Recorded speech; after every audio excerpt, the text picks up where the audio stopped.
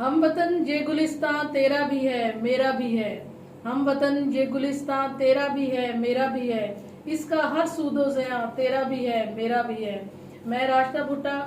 मुल्की सूरत हाल पे बातचीत करने के लिए फरहान साहब के साथ आपके सामने हाजिर हूँ। तो आज जो ख़ास तौर पे इस्लामाबाद की फिजा रही उस पर बातचीत होगी चेयरमैन आम आदमी तहरीक पाकिस्तान मलिक फरहान खान भुट्टा के साथ। शाह महमूद कुरैशी साहब ने प्रेस कॉन्फ्रेंस की सर आज इस्लामाबाद में अपने पार्टी के कुछ इश्यूज पे और जो गुज़श्ता जो साबका निगरान हुकूमत थी उसके बारे में उन्होंने बातचीत की और उसके कुछ ही देर बाद उनको ऑफिशियल सीक्रेट एक्ट के तहत FIR उन पर दर्ज कर दी गई और उन्हें गिरफ्तार कर लिया गया। इसे आप किस नज़र से देखते हैं? बिस्मिल्लाहिर्रहमानिर्रहीम। मैं सबसे पहले तमाम जो हमारे सामीन हैं, नाजरीन हैं, उनका शुक्रिया अदा करता हूं कि आप अपने कीमती वक्त में से हमारे साथ जुड़े रहेंगे ताकि आपको तमाम तफसीलात और तमाम तक जितना भी तजिया है आपके गोश गुजार कर सकें और मुस्तकबिल में जो भी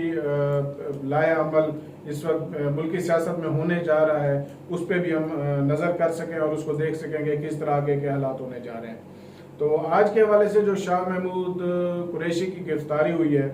तो इसमें हमने देखना ये है कि क्या ये फिलवक्ती फौरी तौर पे कोई जो इस्टेब्लिशमेंट की तरफ से और जो निगरान हुकूमत है इस वक्त मौजूद है उसकी तरफ से किसी बात पे एक्शन लिया गया या इससे पहले भी इसके कोई लवाजमात मौजूद थे जिसकी वजह से शाह महमूद कुरैशी को फिलफौर गिरफ्तार किया जाना जरूरी समझा गया। शाह महमूद कुरैशी को जिस माह पर सबसे पहले गिरफ्तार किया गया ये FIR 15 अगस्त को दर्ज की गई जो कि FIA काउंटर विंग में दर्ज की गई। साबिक सेक्रेटरी दाखिला की जानिब से ये FIR दर्ज की गई और सीक्रेट एक्ट के तहत जो हाल ही में मंजूर हुआ है उसके तहत ये साइफर जो इससे पहले एक पलंदा एक बात जो निकली थी साइफर के हवाले से उसके तनाजुर में ये केस दर्ज किया गया और उसी तनाजुर में आज ही शाह महमूद कुरैशी को उठा लिया गया। शाह महमूद कुरैशी ने आज एक प्रेस कॉन्फ्रेंस की जिसमें उन्होंने एस्टेब्लिशमेंट के और नून लीगी या सबका जो PDM है उसके जितने भी इक़दामात थे लोगों को उठाना उनको पार्टी से निकालने के लिए बयान दिलवाना ये सारी चीज़ें आज ऑन एयर की। और इससे अहम तरीन बात यह है कि इससे पहले शाह महमूद कुरैशी खुद भी कुछ माह ज़ेर अताब रहे और वो जेल की हवा खा चुके हैं। लेकिन उसमें जी सर इसमें ये है कि इससे पहले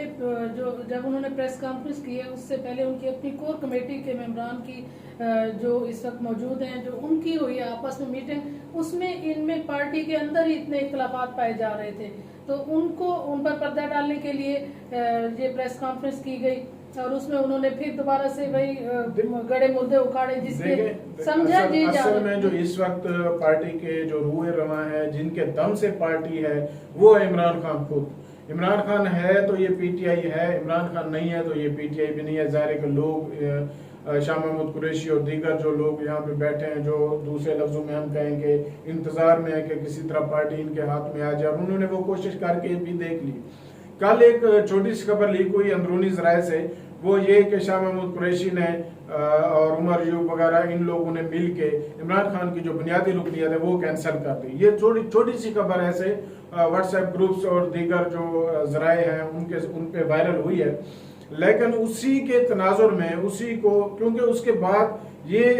जो खबर आउट होने के बाद या लीक होने के बाद या जो बयानात चले हैं या अंदरूनी जो बात इनकी कोर कमेटी में या विदन जो बैठक में इनकी जो बात हुई है उसके लीक होने के बाद ज़ाहिर बहुत ज़्यादा जो PTI के कारकुनान हैं और वोटर थे उनकी तरफ से बहुत ज़्यादा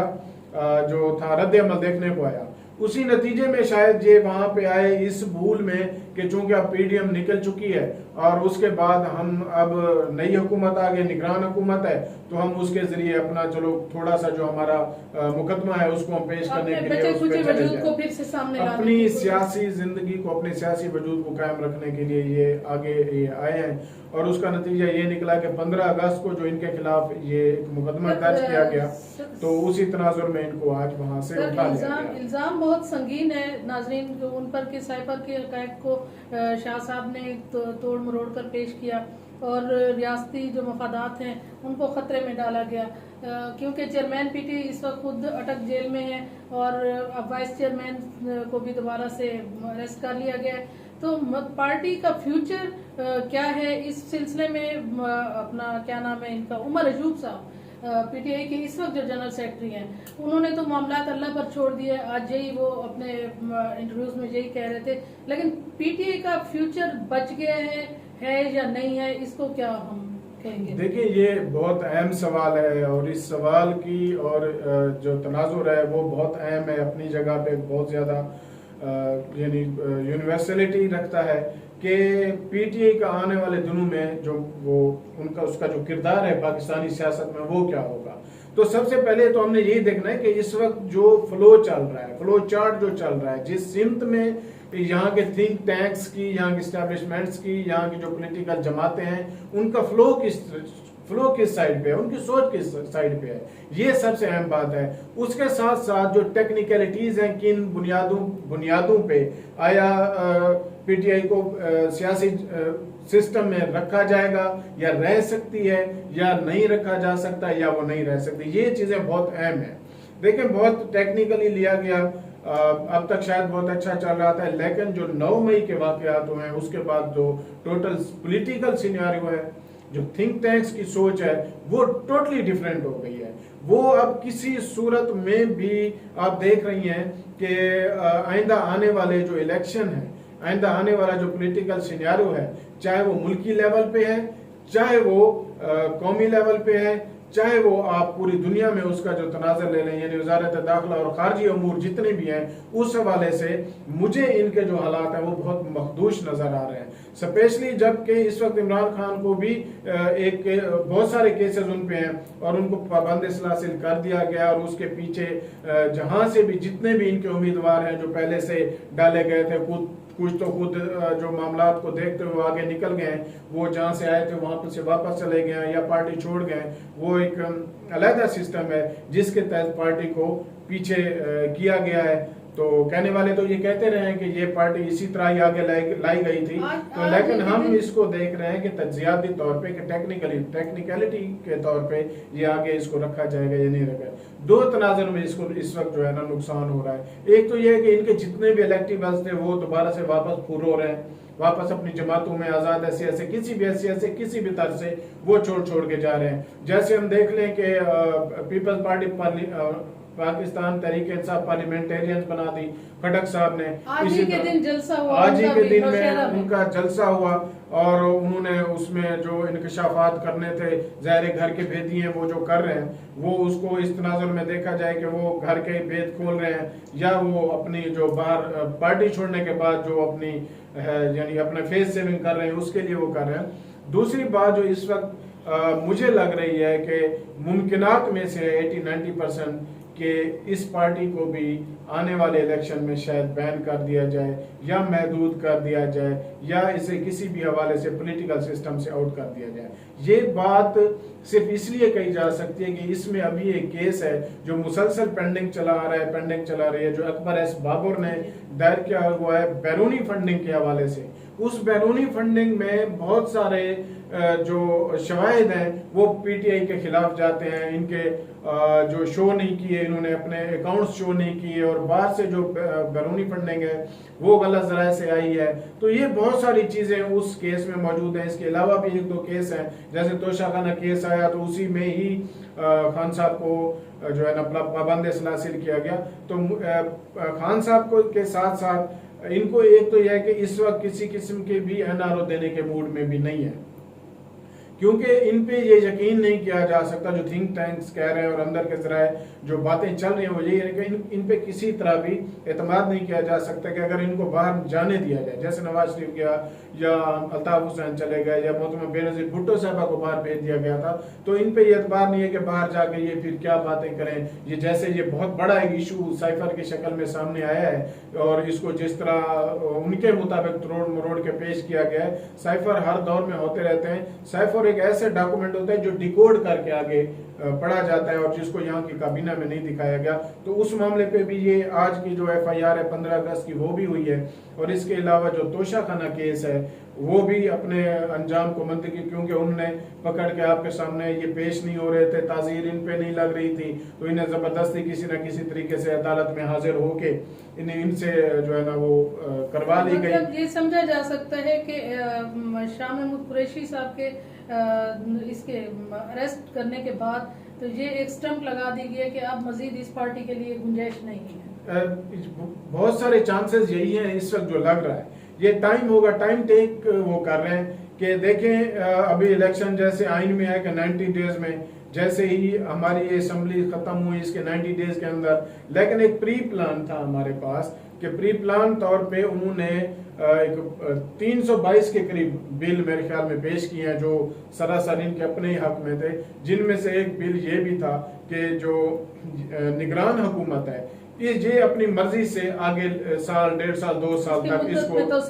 मुद्दत में तोसील की जा सकती है। इसको यानी एक हद में नहीं रखा गया, इसको आगे जाने दिया गया। दूसरी बात कि इलेक्शन कमीशन आज खुद ही जो इलेक्शन की डेट है वो अनाउंस करेगा। तो वो भी तमाम तरह इख्तियारात इलेक्शन कमीशन के कोर्ट में आ गई, इलेक्शन कमीशन की बॉल में आ गए, वो उसकी मर्जी जब खेलें। तो इस हवाले से जो आगे कर दिया गया है ये सिस्टम लामाला, अगर ये अब असेंबली जो हल्का बंदी होगी उसके बाद 4 महीने ये हो गया, वहां से आगे स्टार्ट हो गया, तो 7 महीने कम अज कम कन्फर्म है कि इलेक्शन की डेट्स के अभी तक कोई उसका वो चांसेस नहीं है। 9 महीने तो ऐसे लग रहा है कि जैसे बहुत एक फ्रूटफुल ट्री है ये, और इस पे फल लगता ही जा रहा है, ये डेट आगे होती जा रही है, तो इसकी भी कोई कानूनी हैसियत बाकी रही है या नहीं रही? देखिए जो बिल पास हुए हैं उनके मुताबिक जाहिर है कि आइन में कुछ चीजें हैं जो अभी भी तरमीम करने वाली हैं, लेकिन बहुत सारी तरमीम हो चुकी हैं। तो जाहिर है कि जो नई आने वाली तरमीम है, जो नए आने वाले बिल है, उनको कानून की शक्ल दे दी गई है। तो उसमें जाहिर उन्होंने गुंजाइश पैदा की है। किसी भी चीज को कानून में अगर अबहम पैदा कर दिया जाए तो जाहिर है वो अपना टाइम लेती है, वो टाइम टेकिंग उनके डिसीजन मेकिंग में उसको टाइम मिल जाता है। मेन चीज तो टाइम गेन करना होता है, टाइम टेक करना होता है कि किसी तरह किसी भी चीज को लिंगर ऑन कैसे करना होता है। और बदकिस्मती से हमारे आइन और हमारे कानून में ये बहुत बड़ा खला मौजूद है कि हम लोग उसको टाइम टेक कर रहे हैं, टाइम टेक करने की ये सलाहियत रखता है, और 9 महीने इसके लिए कोई इश्यू नहीं है। और मुझे तो लगता है कि शायद इससे भी ज्यादा अगर डिले हो जाए तो मुमकिनात में से है। उसकी वजह ये है कि जनवरी फरवरी में बहुत सारे हमारे पाकिस्तान के जो ममालिक, पाकिस्तान के जो सूबे हैं वो अभी तक सर्दी की लपेट में होते हैं, जहाँ पे अभी बर्फबारी के सिलसिले चल रहे होते हैं, तो वहाँ पे बहुत कम मुमकिन होता है कि इलेक्शन को किसी तरह मैनेज किया जा सके। तो इसलिए ये इलेक्शन का जो सिस्टम है, इलेक्टोरल सिस्टम है, इसको मोस्टली गर्मियों में और इस तरह के मौसम में किया जाता है, इनकाद किया जाता है, ताकि बलूचिस्तान हो गया, KP हो गया, गिलगित बल्तिस्तान हो गया, इन इलाकों के साथ रखा जाता है उसको, ताकि क्योंकि हमारा सिस्टम एक ही दिन में ही हमने डिसीजन करना होता है, एक ही दिन में तमाम नताइज लेने होते हैं। तो इस हवाले से भी देखना होता है कि किस तरह मामला को आगे लेके चलना है, ताकि इलेक्टोरल जो प्रोसेस है वो एक ही दिन में हो और एक ही दिन के अंदर हमें पता चल जाए कि हुकूमतें किस करवट बैठती हैं। बहुत शुक्रिया फरहान साहब, आज के लिए इतना काफ़ी है। एक क्योंकि मसीही पाकिस्तानी जो हमारे मसीही पाकिस्तानी भाई हैं उनके साथ जो जुल्म हुआ है उस पर एक अलग प्रोग्राम की भी बहुत ज़रूरत है, लेकिन उनके नाम एक मैं कुछ चंद अशार करूँगी उस हवाले से, तो इसके बाद प्रोग्राम का इख्तिताम है। जो भी जाबिर है वो जाबिर है किसी करिए का हो, जो भी जालिम है वो जालिम है किसी हल्के का हो, जो भी कातिल है वो कातिल है किसी फिरके का हो, जो किसी मजलूम के लाशे पर रो सकता नहीं वो रसूल पाक की उम्मत में से हो सकता नहीं। नफरतों की आग का ईंधन बनाते हैं हमें, आओ उन हाथों को ढूंढें जो लड़ाते हैं हमें। खुद तो करते हैं चरागां और बुझाते हैं हमें, कब तलक शोला गरों के हाथ में खेलेंगे हम। जुर्म करते रहेंगे वो और सजा झेलेंगे हम। एक खुदा है, एक नबी है, एक ही कुरान है, एक काबा हमारा, एक ही ईमान है,